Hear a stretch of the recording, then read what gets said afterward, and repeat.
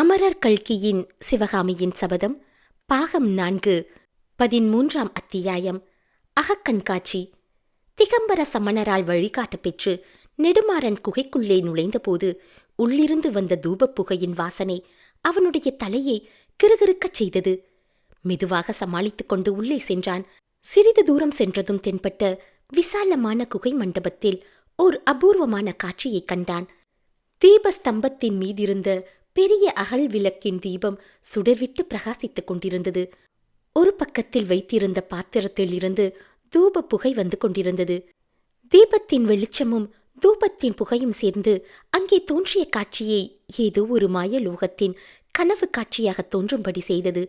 நெடுமாறன் சற்று உற்று பார்த்த பிறகு காட்சி சிறிது தெளிவடைந்து காணப்பட்டது. 10-12 திகம்பர சமணர் வட்ட வடிவமாக உட்கார்ந்திருந்தார்கள். அவர்கள் அனைவரும் ஏதோ ஒரு மந்திரத்தை ஒரே குரலில் ஒரே விதமாக ஜபித்துக் கொண்டிருந்தார்கள். அவர்களில் ஒருவர் உடுக்கை போன்ற ஒரு வாத்தியத்தை கையிலே வைத்து முழங்கிக் கொண்டிருந்தார். மற்றொருவர் பல தந்திகள் உள்ள ஒரு முழு நீளமுள்ள வீணையை கையில் வைத்துக்கொண்டு அதன் நரம்புகளை விரலினால் தட்டி கொண்டிருந்தார். இந்த 2 நாதங்களும் சேர்ந்துதான் த்ரீம் த்ரீம் என்ற ஒலியை கிளப்பி நெடுமாறன் உடம்பில் உள்ள நரம்புகளை எல்லாம் புடைத்தெழ செய்தன. வட்ட வடிவமாக உட்கார்ந்திருந்த சமணர்களுக்கு நடுவில் ஏறக்குறைய 16 வயதுள்ள ஒரு சிறுவன் காணப்பட்டான். மேற்படி மந்திர உச்சாரணத்துக்கும் வாத்தியங்களின் ஒலிக்கும் இசைய அவனுடைய தேகம் லேசாக ஆடிக்கொண்டிருந்தது. அவனுடைய கண்களோ 3/4 பங்கு மூடியிருந்தன. கண்கள் திறந்திருந்த அளவில் வெள்ளை விழி மட்டும் தெரிந்தபடியால் முகம் பயங்கர தோற்றத்தை அளித்தது. நெடுமாறனை அழைத்து வந்த சமண முனிவர் அவனை நோக்கி சமிக்கை செய்து எதுவும் பேச வேண்டாம் என்றும் சப்தம் செய்யாமல் உட்கார வேண்டும் என்றும் தெரிவித்தார்.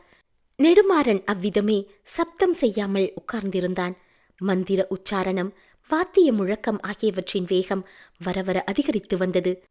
திகம்பர மண்டலத்துக்கு மத்தியில் இருந்த சிறுவனுடைய உடம்பின் ஆட்டமும் விரைவாகிக் கொண்டு வந்தது. திடீரென்று மந்திர உச்சாரணமும் வாத்திய முழக்கமும் நின்றன. சிறுவன் வீழ் என்று சத்தம் விட்டுக்கொண்டு தரையிலே சாய்ந்தான். சற்று நேரம் அந்த குகை மண்டபத்தில் ஒரு பயங்கர நிச்சப்தம் குடிகொண்டிருந்தது. கட்டையைப் போல் கீழே கிடந்த சிறுவனின் கண்ணிமைகளும் உதடுகளும் லேசாக துடித்தன. கையில் வீணை வைத்துக் கொண்டிருந்த சமணர் அதன் ஒற்றை நரம்பை லேசாக தட்டிவிட்டு, "தம்பி, என் குரல் உனக்கு கேட்கிறதா?" என்று வினவினார். "கேட்கிறது சுவாமி" என்று அந்த சிறுவனின் உதடுகள் முணுமுணுத்தன. "அப்படியானால் நான் கேட்கிற கேள்விகளுக்கு விடை சொல். சற்று முன்னால் நீ இருந்த இடத்துக்கும் இப்போதுள்ள இடத்துக்கும் ஏதேனும் வித்தியாசம் தெரிகிறதா?" "சற்று முன்னால் நான் மலைக்குகையில் தரையில் கிடந்தேன். இப்போது ஆகாச வெளியில் மிதந்து கொண்டிருக்கிறேன். ஆகாச வெளியில் நினைத்த இடத்துக்கெல்லாம் போகக்கூடியவனாயிருக்கிறேன்." "நீ மிதக்கும் இடத்தில் உன்னைச் சுற்றி என்ன பார்க்கிறாய்?" "என்னைச் சுற்றிலும் திரள் திரளாக புகை மண்டலங்கள் காணப்படுகின்றன. அந்த புகை மண்டலங்களுக்குள்ளே எத்தனையோ உருவங்கள் மங்களாக காணப்படுகின்றன. அவை மறைந்து தோன்றிக் கொண்டிருக்கின்றன." "தம்பி, நீ நிற்கும் இடத்திலேயே நிற்க வேண்டுமா? முன்னாலும் பின்னாலும் உன்னால் போகக்கூடுமா?" "முன்னாலும் பின்னாலும், மேலேயும் கீழேயும் 4 திசைகளிலும் நினைத்தபடியெல்லாம் நான் போகக்கூடியவனாயிருக்கிறேன்." சிறுவனிடம் மேற்படி கேள்விகளை கேட்ட சமணர் நெடுமாறனை நோக்கி, "பாண்டியகுமாரா, இந்த பிள்ளை இப்போது ரிஷபதேவரின் அருள் மகிமையில் அகக்காட்சி பெற்றிருக்கிறான். இதற்கு முன் 20,000 ஆண்டு காலத்தில் நடந்தவைகளையும் இனிமேல் 20,000 ஆண்டு காலத்தில் நடக்கப் போகும் சம்பவங்களையும் இவனால் நேருக்கு நேர் கண்டு சொல்ல முடியும். தங்களுக்கு ஏதாவது தெரிந்து கொள்ள வேண்டுமா?" நெடுமாறன் சற்று தயங்கினான். வருங்காலத்தை மறைத்துக் கொண்டிருக்கும் மேகத்திரையை விலக்கிக் கொண்டு எதிர்கால சம்பவங்களை தான் பார்க்க வேண்டியது அவசியந்தானா? அப்படி பார்ப்பதனால் ஏதேனும் விபரீதம் ஏற்படுமோ? ஒன்றும் தெரிந்து கொள்ளாமல் அந்த மந்திர குகையிலிருந்து உடனே எழுந்து போய்விடலாமா? மனதில் இப்படி நெடுமாறன் எண்ணினானே தவிர அவனை அங்கிருந்து எழுந்து போக விடாமல் ஏதோ ஒரு சக்தி தடுத்து அவனை அங்கேயே பலமாக இருத்திக் கொண்டிருந்தது. "ஆம் அடிகளே, வாதாபி யுத்த முடிவை பற்றி தெரிந்து கொள்ள விரும்புகிறேன்" என்ற வார்த்தைகள் நெடுமாறன் வாயிலிருந்து தாமே வெளிவந்தன. உடனே சமணர் தரையில் கிடந்த சிறுவனை நோக்கி, "தம்பி, கொஞ்சம் வடக்கு நோக்கி பிரயாணம் செய்து அங்கே என்ன பார்க்கிறாய் என்று சொல்லு" என்றார். "ஆகட்டும் சுவாமி, இதோ வடதிசை நோக்கி போகிறேன்" என்றான் சிறுவன். சற்று பொறுத்து, "ஆ, என்ன பயங்கரம்" என்றான். "தம்பி, அங்கே என்ன பயங்கரமான காட்சியை நீ பார்க்கிறாய் என்று சமணர் கேட்டார். ஆஹா, மிக பயங்கரமான யுத்தம் நடக்கிறது. கணக்கிலடங்காத வீரர்கள் வாட்களாலும் வேல்களாலும் ஒருவரையொருவர் தாக்கிக் கொண்டு செத்து விழுகிறார்கள். எங்கே பார்த்தாலும் இரத்த வெள்ளம் ஆறாக ஓடுகிறது. பெரிய பெரிய பிரம்மாண்டமான யானைகள் பயங்கரமாக பிளிரிக்கொண்டு ஒன்றை ஒன்று தாக்குகின்றன. யுத்தம் ஒரு பெரிய பிரம்மாண்டமான கோட்டை மதிலுக்கு பக்கத்தில் நடக்கிறது. கோட்டையின் பிரதான வாசலில் ஒரு பெரிய கொடி பறக்கிறது. அந்த கொடியில் வராகத்தின் உருவம் பொறிக்கப்பட்டிருக்கிறது. ஆஹா, கோட்டை கதவு இதோ திறக்கிறது. கணக்கற்ற வீரர்கள் கோட்டைக்குள்ளே இருந்து வெளியே வருகிறார்கள். யுத்தம் இன்னும் கோரமாக நடக்கிறது. சாவுக்கு கணக்கே இல்லை. கண்ணு கெட்டிய தூரம் ஒரே பிணக்காடு. அம்மம்மா, பார்க்கவே முடியவில்லை. சிறுவனுடைய கண்ணிமைகள் அப்போது லேசாக துடித்ததை பார்த்த சமணகுரு, தம்பி, பயப்படாதே, உனக்கு ஒன்றும் நேராது. இன்னும் சிறிது உற்றுப்பார். போர்க்களம் முழுவதும் பார்த்து மிகவும் நெருக்கமான சண்டை எங்கே நடக்கிறதென்று கவனி என்றார். ஆம் ஆம், அதோ ஓரிடத்தில் பிரமாதமான கை கலந்த சண்டை நடக்கிறது. குதிரை மேல் ஏறிய வீரன் ஒருவன் 2 கைகளிலும் 2 வாட்கள் ஏந்தி பயங்கர போர் புரிகிறான். அவனைச் சுற்றிலும் எதிரிகள் சூழ்ந்து கொண்டு தாக்குகிறார்கள். அவன் தன்னந்தனியாக நின்று அவ்வளவு பேரையும் திருப்பி தாக்குகிறான். அவனுடைய கைவாட்கள் அடிக்கடி மின்னலை போல் ஜொலிக்கின்றன. ஒவ்வொரு வாழ்வீச்சுக்கும் ஒரு தலை உருளுகிறது. ஆஹா, இதோ அந்த வீரனுக்கு துணையாக இன்னும் சில வீரர்கள் வருகிறார்கள். அவர்களுக்கு நடுவில் மீனக்கொடி பறக்கிறது. நெடுமாற பாண்டியர் வாழ்க, வாதாபி புலிகேசி வீழ்க என்று அவர்கள் கர்ஜித்துக் கொண்டு எதிரிகள் மீது பாய்கிறார்கள். இப்படி அந்த சிறுவன் சொன்னபோது இதுவரை சிறிது அலட்சிய பாவத்துடனேயே கேட்டுக்கொண்டு வந்த நெடுமாறன் திடுக்கிட்டு நிமிர்ந்து உட்கார்ந்தான். மேலே என்ன நடக்கப் போகிறது என்று தெரிந்து கொள்வதில் அவனுக்கு அப்போது அளவில்லாத பரபரப்பு உண்டாயிற்று. மறுபடியும் சிறிது நேரம் சிறுவன் பேசாதிருந்தான். சமணகுரு மீண்டும் அவனை தூண்டினார். மேலே என்ன நடக்கிறது என்று நன்றாக பார்த்து கூறும்படி ஆஞ்ஞாபித்தார். ஆகா, சண்டை முடிந்துவிட்டது. எதிரிகள் எல்லோரும் செத்து விழுந்து விட்டார்கள். வெற்றியடைந்த வீரர்கள் அந்த அசகாய சூரனை சூழ்ந்து கொண்டு மீன்கொடி வாழ்க, நெடுமாற பாண்டியர் நீடூடி வாழ்க என்று கோஷிக்கிறார்கள். ஆஹா, அவர்களுடைய கோஷமும் ஜெய பேரிகைகளின் முழக்கமும் சேர்ந்து காது செவிடுபட செய்கின்றன. அதோ இன்னொரு வீரர் கும்பல் வருகிறது. அந்த கும்பலின் நடுவில் ஒரு ரதம் காணப்படுகிறது. ரதத்தின் மேல் ரிஷப கொடி பறக்கிறது. ரதத்தில் கம்பீர வடிவம் உள்ள ஒருவர் வீற்றிருக்கிறார். அவருடைய முகத்தில் குரோதம் கொதித்துக் கொண்டிருக்கிறது. இந்த ரதத்தை சூழ்ந்து வரும் வீரர்கள் மாமல்ல சக்கரவர்த்தி வாழ்க என்று கோஷம் செய்கிறார்கள். ஆனால் அவர்களுடைய கோஷத்தில் அவ்வளவு சக்தி இல்லை. 2 கூட்டமும் சந்திக்கிறது. ரதத்தில் வந்தவரும் குதிரை மேலிருந்தவரும் ஒருவரை ஒருவர் பார்க்கிறார்கள். 2 பேரும் கீழே இறங்குகிறார்கள். சமீபத்தில் வருகிறார்கள்.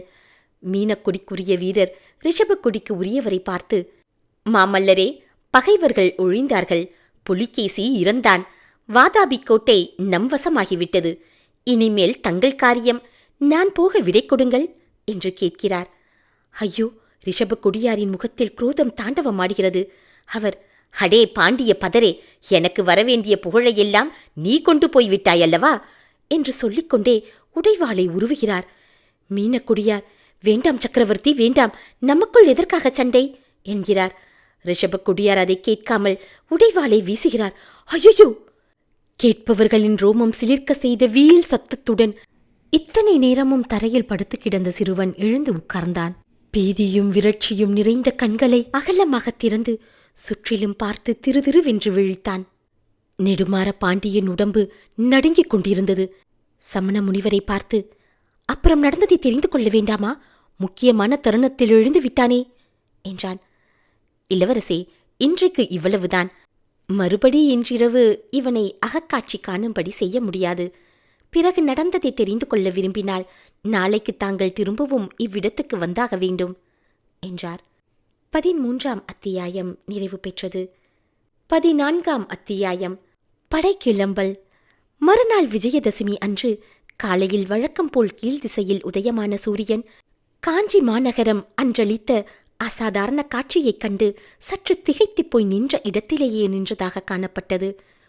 பூர்வீக பெருமை வாய்ந்த பல்லவ அரண்மனை வாசலில் நின்று மாமல்ல சக்கரவர்த்தி யாத்ராதானம், கிரகப்பிரீத்தி ஆகிய சடங்குகளை செய்துவிட்டு குலகுரு ருத்ராச்சாரியார் முதலிய பெரியோர்களின் ஆசி பெற்று தாயார் புவன மகாதேவியாரிடமும் பட்ட மகிஷி வானமாதேவியிடமும் விடை பெற்று கொண்டு பட்டத்து போர் யானையின் மீது ஏறி போர் முனைக்கு புறப்பட்டார்.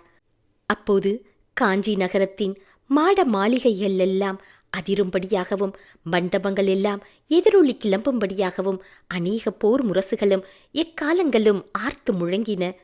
சக்கரவர்த்தி ஏறிய பட்டத்து யானைக்கு முன்னாலும் பின்னாலும் அணி அணியாக நின்ற யானைகளும் குதிரைகளும் ரதங்களும் ஏக காலத்தில் நகரத் தொடங்கி காஞ்சி நகரின் வடக்கு கோட்டை வாசலை நோக்கி செல்லத் தொடங்கின. இந்த ஊர்வலம் காஞ்சியின் ராஜ வீதிகளின் வழியாக சென்றபோது இருபுறத்திலும் இருந்த மாளிகை மேல் மாடங்களிலிருந்து பூரண சந்திரனையும் பொன்னிற தாமரையையும் ஒத்த முகங்களையுடைய பெண்மணிகள் பல வகை நறுமலர்களையும் மஞ்சள் கலந்த அக்ஷதைகளையும் சக்கரவர்த்தியின் மீது தூவி ஜெய விஜயீ பவ என்று மங்கள வாழ்த்துக்களை கூறினார்கள்.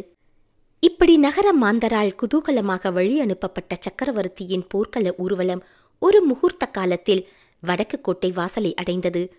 நன்றாக திறந்திருந்த கோட்டை வாசல் வழியாக பார்த்தபோது கோட்டைக்கு வெளியிலே சற்று தூரத்தில் ஆரம்பித்து கண்ணு கெட்டிய வரை பரவிய ஒரு பெரிய சேனா சமுத்திரம் காணப்பட்டது. அந்த சேனா சமுத்திரத்தின் இடையிடையே கணக்கில்லாத கொடிகள் காற்றிலே பறந்து காட்சியானது. காற்று பலமாய் அடிக்கும்போது சமுத்திரத்தில் கண்ணு கெட்டிய தூரம் வெண்ணுரை எரிந்து பாயும் அலைகளை ஒத்திருந்தது. வடக்கு கோட்டை வாசலில் அகழிக்கு அப்புறத்தில் நின்று மாமல்ல சக்கரவர்த்தி கடைசியாக விடை பெற்று கொண்டது மானவர்மனிடமும் தன் அருமை குழந்தைகள் இருவரிடமும் தான்.